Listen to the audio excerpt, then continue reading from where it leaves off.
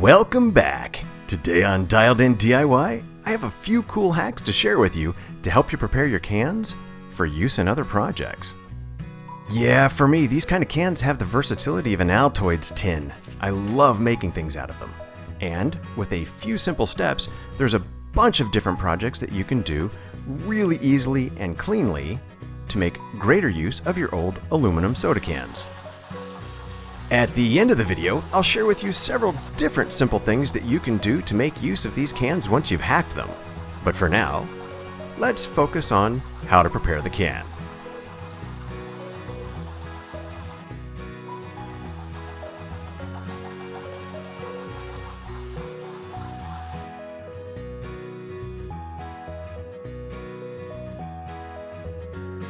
In this first method, all you really need to do is keep some even pressure across the entire surface of the can top. Once you've sanded through enough, the seam will separate and you'll be able to pop the top right out.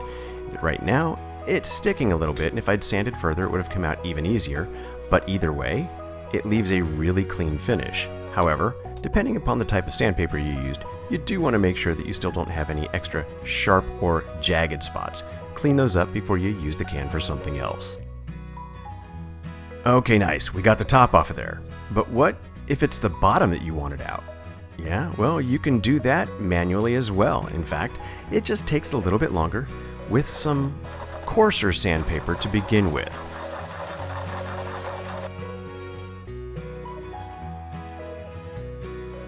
The bottom ridge on the can is much thicker than the top lip is, so you're going to need to use a little bit more pressure to get this thing started. Otherwise, you're going to spend a lot more time trying to get through the bottom than you did the top. As an extra user tip, the bottom is even more important for grabbing it right around the ridge to hold it firmly to sand the thing down. If you reach up higher than that, you're going to start denting the side of your can, and if you wanted to leave it clean of any kind of a wrinkle look, you're definitely going to want to make sure to grab it lower on the can for the sanding purposes.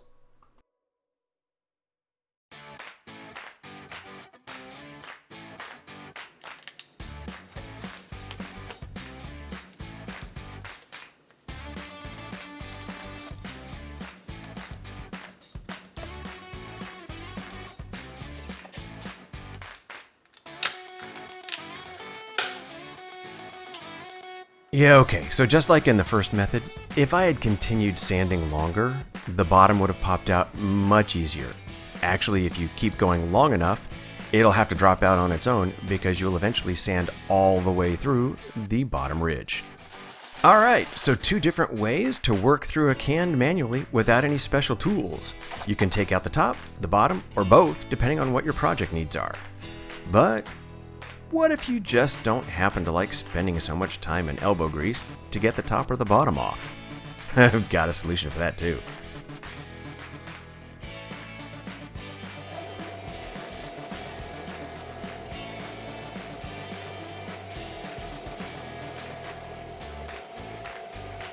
Yeah, so obviously this is a much faster way to get through the top. Later in the video, I'll explain a little bit more about the differences in the outcome from this version and the manual version. So if you want to get through a bunch of cans and you have a power sander available, this is definitely the way to go. So now you're probably scratching your head thinking, yeah, but does it work the same way for the bottom? It kind of does, but you need to angle the can.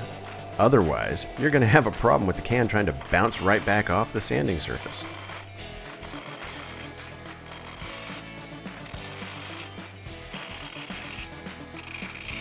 The key here is just to start slow. Put the can up against the edge, pull it back, rotate it a little bit, repeat. Just keep doing that until you get yourself all the way around with a nice flat surface. Then you can start to level it out and push a little straighter in, and the finish will be the same way as we did with the manual.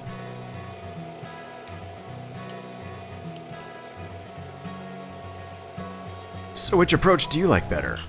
Well, one thing I can tell you is it is much faster when you use the power tools, but you have a little bit more cleanup to do because when you do it manually, it leaves you with a much smoother, cleaner finish. So, choose the approach that works best for you. So now, there are almost endless things you can do with cans once you've made these kind of modifications, and I'm going to show you just a few of my favorite. This hopefully will get some of the creative juices flowing, but if you have some other ideas, I'd love it if you'd let me know in the comments below.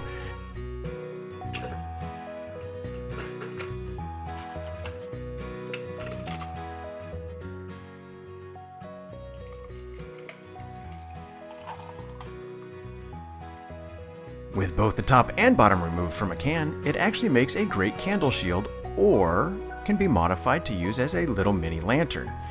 If you want to check out some other options for modifying a lantern, check out my previous video linked in the description below.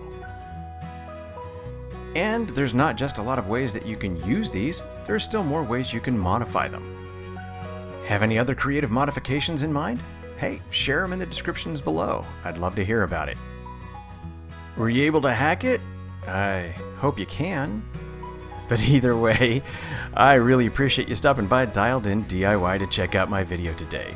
If you liked it or got a little something out of it, let me know by clicking that thumbs up. I'd also love it if you'd subscribe to my channel while you're here and make sure to ring the bell so you get future notifications. Check out my playlists for many other Dialed In projects. And as always, please make sure to come on back in the future because there'll be plenty more Dialed In DIY to come.